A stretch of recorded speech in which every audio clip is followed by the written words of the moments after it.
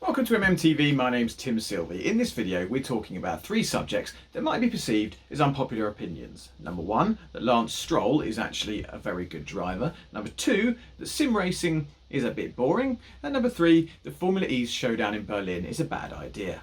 So, unpopular opinion number one. Lance Stroll is actually a very good driver. Hear me out.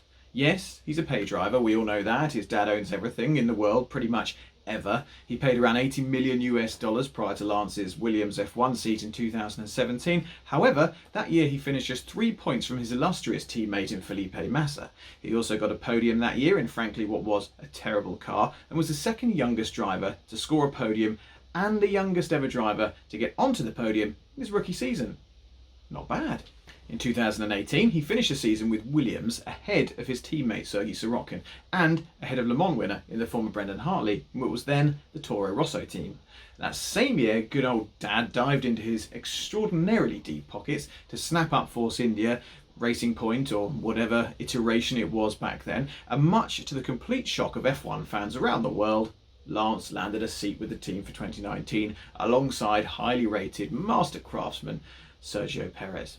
Alright, so 2019 wasn't a stellar year for young Lance, and he only beat his teammate in qualifying 1 or 2 times and might have been outraced in all but probably 3 races, but hey, we still think he should be regarded as a solid F1 driver, even with a little help from good old Dad. Let us not forget he won in Italian F4, he's won in Toyota Racing Series Down Under, and he's won in the uber competitive Formula 3 European Championship. He's arguably more experienced and success in junior categories than everyone's favourite jawline Dutchman, Max Verstappen.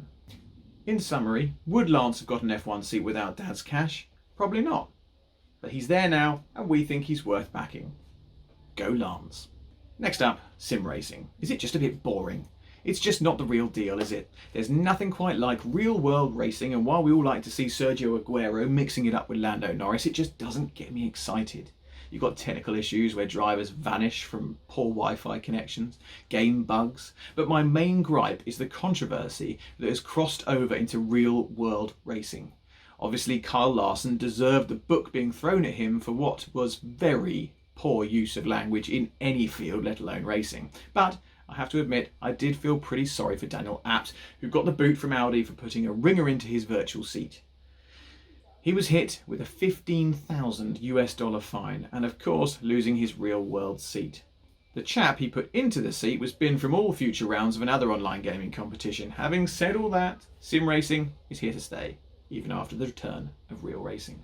Finally, on this very warm British summer's day, we're talking Formula E. Those that listen to our podcast will know we've become fans of Formula E, and we've interviewed many current drivers, including Brendan Hartley, Sebastian Buemi, Edo Matara, Ollie Rowlands. So to set out our stall, we like it.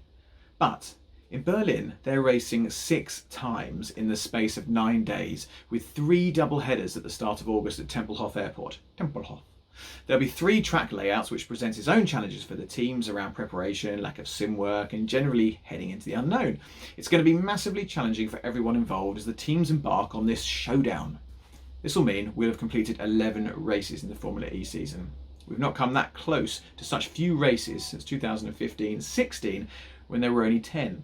There'll obviously be no fans present, so a lot of the spectacle is going to be lost, and I'm not sure how entertaining it's going to be for the TV viewer either. After 3 or 4 races, surely we'll have all had enough. Do we really want to see so many races at the same venue in such a short period of time? Why are they doing it? Well, you only need 6 rounds to complete a season, so it's not that. Is it to satisfy sponsors? To top up hosting fees? Time will tell. In the meantime, let us know your thoughts in the comments below. Do you think Lance Stroll is actually a very good driver? Do you find sim racing boring? And has Formula E lost the plot with 6 races in 9 days? Until next time, enjoy. Happy racing. Bye-bye.